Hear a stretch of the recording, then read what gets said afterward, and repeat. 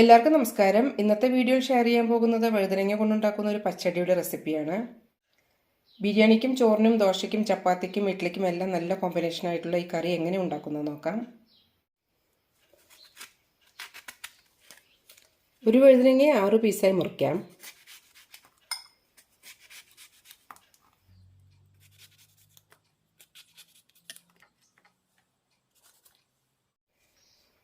അഞ്ച് മിനിറ്റ് വെള്ളത്തിലിട്ട് വെച്ച ശേഷം ഊറ്റിയെടുക്കാം. കടലയും എള്ളും വറുത്തെടുക്കാം. 2 ടേബിൾ സ്പൂൺ കടലയാണ് എടുത്തിരിക്കുന്നത്. കടല 2-3 മിനിറ്റ് വറുത്ത ശേഷം എള്ളിടാം. നന്നായി ചൂടായി കിട്ടിയാൽ മതി.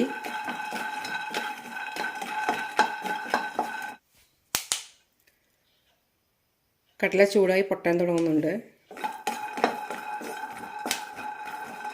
ഈ സമയത്ത് എള്ളിടാം. 1 ടേബിൾ സ്പൂണാണ് എടുത്തിരിക്കുന്നത്. ലോ ഫ്ലെയിമിലിട്ട് വറുത്തെടുക്കാം.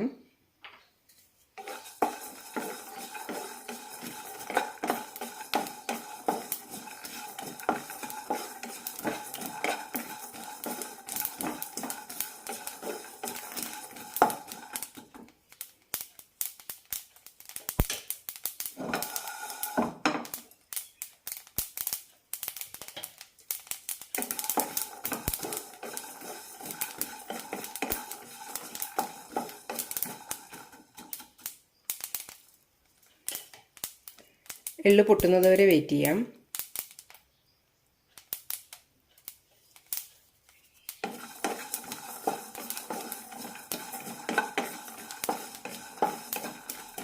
ഇത്രയും മതി. ഇനി ഒരു പാത്രത്തിലേക്ക് മാറ്റാം.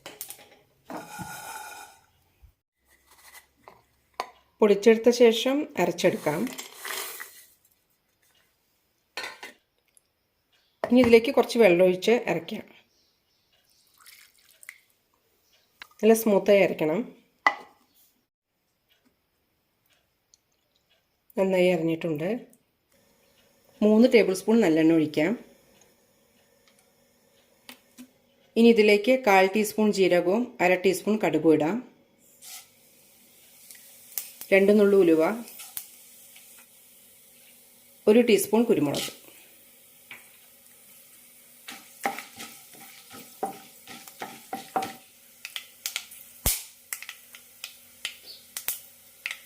കടുക് പൊട്ടിയാൽ സവാള അരിഞ്ഞത് ഇടാം. അത്യാവശ്യം വലിപ്പമുള്ള സവാളയാണ് എടുത്തിരിക്കുന്നത്.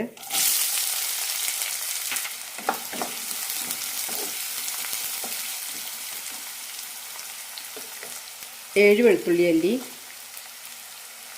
3 പച്ചമുളക് കീറിയത്. നന്നായി വഴറ്റാം.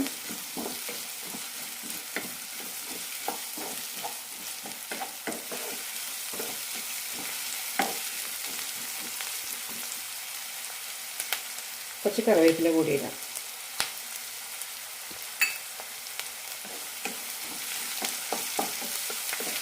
സവാളയ്ക്ക് ചെറുതായ ഒരു ഗോൾഡൻ കളർ വരണം.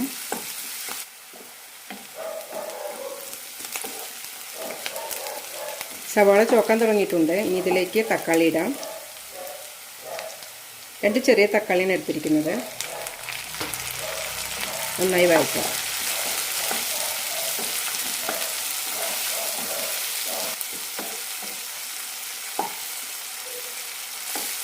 തക്കാളി നന്നായി വെന്തുടയണമെന്നില്ല. ഇത്രയായാൽ മതി. ഇനി ഇതിലേക്ക് മസാലപ്പൊടികൾ ഇടാം. 1 ടീസ്പൂൺ മഞ്ഞൾപ്പൊടി, ഓരോ ടേബിൾ സ്പൂൺ വീതം കാശ്മീരി മുളക് പൊടിയും വറുത്ത മല്ലിപ്പൊടിയും. നന്നായി വഴറ്റാം. പൊടികളുടെ പച്ചമണം പോകുന്നതുവരെ ഒന്ന് വഴറ്റി കൊടുക്കാം.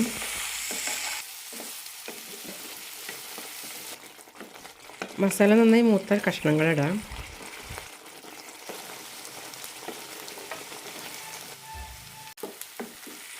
അര ടീസ്പൂൺ കല്ലുപ്പിട്ടിട്ട് നന്നായി മിക്സ് ചെയ്തെടുക്കാം.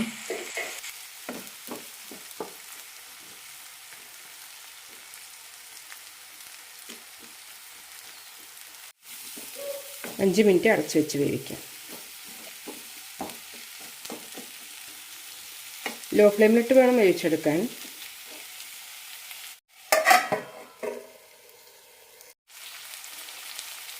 ഇടയ്ക്കൊന്ന് ഇളക്കി കൊടുക്കാം.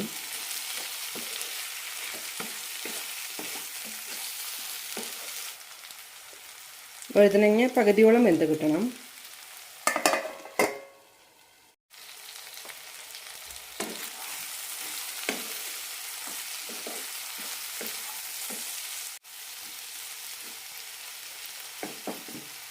കഷ്ണങ്ങൾ പകുതി വെന്തിട്ടുണ്ട്. ഇനി ഇതിലേക്ക് ബാക്കിയുള്ള ചേരുവകൾ ചേർക്കാം.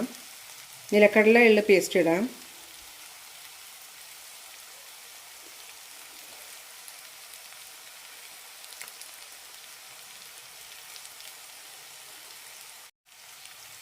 നെല്ലിക്ക സൈസിലുള്ള പുളി കുതിരാനിട്ട വെള്ളം കൂടി ഒഴിക്കാം. കുറച്ചുകൂടി വെള്ളം ഒഴിക്കാം. നന്നായി മിക്സ് ചെയ്ത ശേഷം പുളിയും ഉപ്പും ഒന്ന് ചെക്ക് ചെയ്ത് നോക്കാം. കുറവാണെങ്കിൽ കുറച്ചും കൂടി ഇടാം.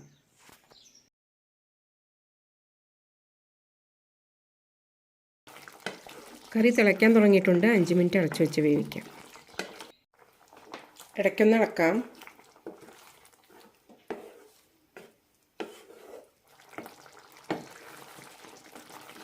ഗ്രേവി കുറച്ചുകൂടി തിക്കാവാനുണ്ട്.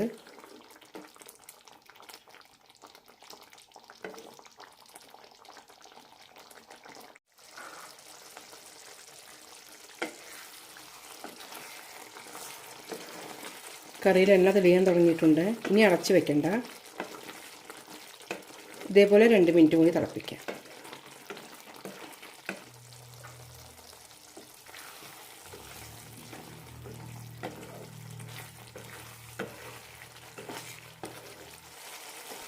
എണ്ണ തെളിയാൻ തുടങ്ങിയിട്ടുണ്ട്.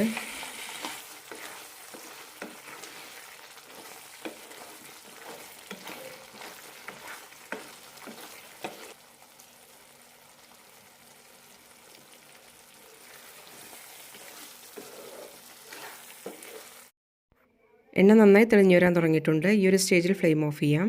വളരെ ടേസ്റ്റിയായ കറി റെഡി ആയിട്ടുണ്ട്. ഈ ഒരു കറി ഉണ്ടെങ്കിൽ ഇനി വേറെ സൈഡ് ഡിഷിൻ്റെ ഒന്നും ആവശ്യമില്ല. വളരെ ടേസ്റ്റിയാണ് ഈ കറി. ഒന്ന് ട്രൈ ചെയ്ത് നോക്കൂ.